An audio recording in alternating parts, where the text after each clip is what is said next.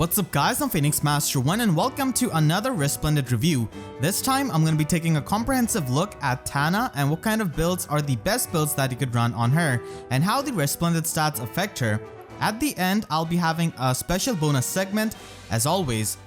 If you guys do end up enjoying these Resplendent reviews, as always, I would really appreciate if you could leave a like and subscribe. It goes a long way, and with that said, let us begin. These clothes are just like Erica's, and I couldn't be happier. Tana is a Gen 1 5-star logged Lance Flier, but because of the recent summoning changes, she can appear as a special 4-star unit, but your probability of getting the exact unit that you want out of the special 4-star rate is really low. So Resplendent Tana is definitely someone who can make really good use of all of the extra stats that she gets because her weapon Vidofnir basically tries to make her into an enemy phase or like a semi-mixed phase flyer, so she can utilize all of the extra stats really well. And speed creep is a thing in phase, so having extra speed on these older units is always going to be helping, and speed can also act as a defensive stat for her because it can help her avoid doubles from many foes. And the extra resistance can help if you want to run Pegasus Flight at like max investment. Unfortunately for Tana, her weapon has not really aged all that well. Vidofnir's weapon refine is kinda underwhelming in the modern times honestly. Its primary effect basically has got close defense 3.5 because it gives her +7 defense and resistance against melee range units. And that is a bit annoying because she doesn't really get any other effect in the primary condition. Something else would have really helped her, and there are a lot of common range units which she doesn't really get any kind of bulk against because of this weapon, so it's gonna be locking her to enemy phase to face against only melee range threats. Her weapon refine gives her +4 speed and attack if she's within 2 spaces of an infantry or an armored ally. So this is pretty much to make use of the guidance that she comes with in her base kit. So the extra attack and speed is always going to be really good, and this is actually active in both phases, so that is actually amazing, and it kind of gives her a bit of mixed phase potential, but still her primary effect only works in the enemy phase even if the refine works in both phases. Tana as a Lance Flier has got a lot of competition. She is viable definitely because the stat spread that she does end up having after the Resplendent stats is actually pretty good. 36 base attack and 38 base speed is not bad, and she does end up having a balanced bulk with 27 defense and 27 resistance, but there's a lot of competition for Tana as a Lance Flier. I'm not really gonna compare her to 5-star logged Lance Fliers, but instead easily mergeable Lance Fliers who can do the role that she does, but they are easily mergeable and you don't really have to, hoard a lot of orbs to specifically summon for them like you have to do with Tana. Cetus is mainly going to be the focus here because he can work offensively, defensively, and even as a support unit with Spear of Acil. He can work as an enemy phase or mixed phase flyer similar to Tana, but he's just so much versatile. We also have Resplendent Cordelia who's really good offensively, same goes for Katria with her amazing weapon refine. Walter from Sacred Stones also got a weapon refine that can make him work both offensively and defensively, and he can also work as a Gale Force unit. We also have some other flyers who can work defensively with something like Pegasus Flight. For example, we have got Sigrun here who can work with that kind of bulk, and Dihorba can also work with it. And Dihorba pretty much ends up having a pretty similar stat spread offensively to Tana, and she's just missing out on like 1 attack point, but has more HP and resistance than Tana, which does open up some options. So it's definitely pretty annoying for Tana as a 5-star logged Lance Flier, especially with this kind of weapon refine. Tana is not exactly a bad unit, far from it. She's quite viable actually because of her stat spread, but it's just that she's not really easily mergeable, and you will need a lot of merges to make her work in the modern times, especially with this kind of weapon refine, so it can be hard to justify for many people to invest into her, but for a lot of the dedicated Tana fans, this is a really good news because more stats are always going to be helping Tana, especially at the max investment. Now with the FEH Pass, everyone gets a 5-star Tana, so you could work it out with a budget build like this. So you could be using her in Arena Assault because guidance is actually pretty amazing and can help you quite a bit there. You could just run Sword Breaker to make sure that she can deal with a lot of really fast sword units, and Quick Riposte Sacred Seal can also work out. You could also go with Quick Riposte and Slot B because at Unmerged she's not really going to be very fast. She can still avoid doubles from a couple of units here and there. But basically what you could do is go with Sturdy Stance and Slot A and go with Close Defense.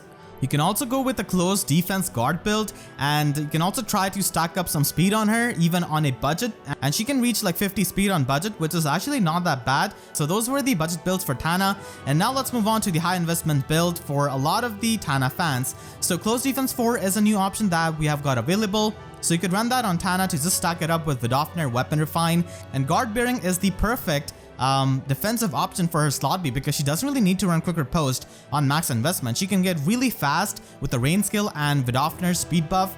And overall, I feel like you should go with the plus speed IV even on max investment because speed creep is really annoying in FEH, and future-proofing Tana for years to come is definitely going to be something that you should do, and she can outspeed even some really fast units if you invest into her speed. An exception could be a build where you have already decided to go with something like Steady Posture 3 or some kind of skill that can increase her offenses in slot A, and in that case you could go with plus attack IV since she's gonna be already pretty fast if you have something like Steady Posture. In slot C you always want to go with the rain skill at max investment. They're absolutely amazing for Tana, especially attack speed rain for extra bulk, and Bracing Stance 2 could be used as a Sacred Seal. You could also try Pegasus Flight build on slot B. Now she does have equal bulk on both spectrum, but I feel like Pegasus Flight is much better than Wyvern Flight because Wyvern Flight's speed condition is a bit easier to meet, but for Tana she's already so fast that she doesn't really have any trouble meeting that, so that's why Pegasus Flight is a bit better. And another point against Wyvern Flight is that on average units in FEH are going to be having higher defense than resistance, so in that case it's easier to get debuffs in combat using Pegasus Flight than with Wyvern Flight. And we also do not have anything like Phantom Defense for Wyvern Flight, so I feel like Pegasus Flight is going to be the superior option just because of the fact that it's easier to get debuffs against most foes in FEH because they will have less resistance than defense, so I would personally go with that, and Phantom Resistance can definitely help you. So at max investment she can work with a Pegasus Flight build, but it's a really rare skill. You could also use Bracing Stance 3 in slot A and run her with Mystic Boost for some passive healing. And Attack Defense Unity also works out, and it's a pretty good skill when we have got so many debuffs going around. You could also run Defense Rest Solo 4 and stack it up with another Solo Sacred Seal. Now it might seem a bit odd with the Vidofnir Weapon Refine where you need to be within 2 spaces of an ally, but still you could trigger both of the effects by just being 1 space away from an ally to trigger the Refine condition as well as the solo skills. Of course it could be a bit annoying, but this basically gives her the extra bulk and more mixed phase utility, so it could be worked out with the solo skills if you're trying to make her more mixed phase oriented. If not, then the tier 3 stance skills are always going to be an option. Even Fortress Defense Res and the Pegasus Flight build kinda tries to make her into a mixed phase flyer. And then we can also use her in Arena because we do have B-Dual Flying right now, so you could learn that from Irena's and just use her in Arena if you do have her at max investment. Guidance can be absolutely a godsend skill in Arena when we're not really allowed to use reposition or any kind of positional skills because of their low scoring. If you want to ditch Vidofnir for more offensive weapons in the player phase, then Fire Sweep Lance is a good option because she does have pretty good offensive stat spread for that role, and you could run her with Life and Death 4, Heavy Blade, and Gale Force. She can pretty easily meet the Heavy Blade check by reaching 70 attack effectively, and also she effectively has 60 speed, which is quite a lot. In Aetherite's offense, she could also be used as a Gale Forcer by using its Curtains Plus that we got from the free Ephemera pool, so you could use that. And here's one of those times where plus attack IV is probably going to be helping you a bit more because we're trying to use Heavy Blade 4 in the slot A. So if you want to use her in Aetherite's offense, then this is pretty much the build you could go for. You could also use her with another weapon like Flowing Lance. Now the problem with Vidofnir is that it doesn't really help her against range units, but if you want to make her into a tanky unit that can both work against range and melee range units, then ditching Vidofnir for Flowing Lance is going to be an option at max investment. Flowing Lance gives her something which Flyers don't have access to, which is lull attack defense, which can be really good defensively for her. So you could try to run this Lance over Vidofnir and have something like Guard Bearing and also run Iod Shield if you want to protect her against the archers. If not, then a solo skill can also work.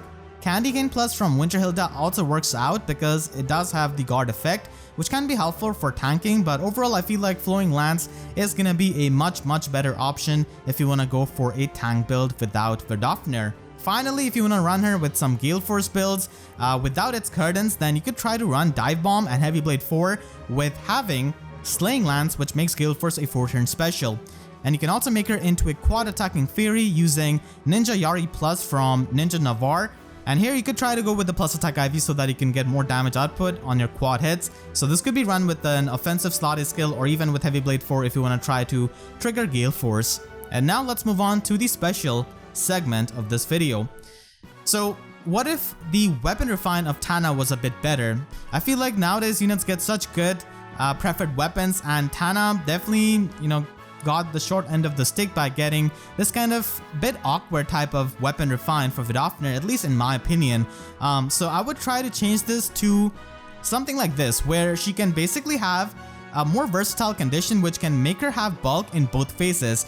So at start of combat, if the foe is above half health, or if foe initiates combat, which is always active in enemy phase, she gets +8 defense and resistance during combat, and she also neutralizes effects that guarantee foes follow-up attacks. So she basically has close defense 4 without the buff negation, and she has the half effect which protects her against a lot of the auto follow-up skills like quick riposte or just the auto follow weapons that many units have.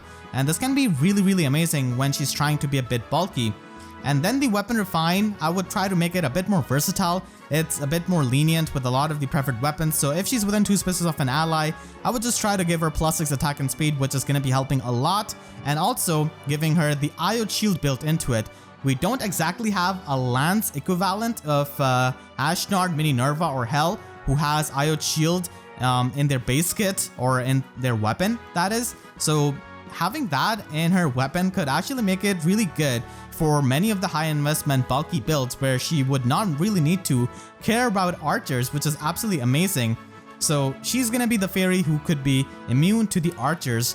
So I would try to make this kind of Vidofnir weapon refine if I had the power in the modern times. So let me know what you think about my theory craft about her weapon and if you like it or not. So that's been my Resplendent Tana review. I hope you all enjoyed. Make sure to share this video with your friends who are really excited to get Tana as a Resplendent unit. I want to thank all of my YouTube members for their support, and if you enjoyed, then please be sure to leave a like and a comment. Helps me tremendously, and be sure to subscribe and hit the notification bell, because YouTube sub boxes are about as functional as Vidofnir's primary condition in the player phase. So that's it, I'll see you guys next time. Thank you so much for watching and have a great day.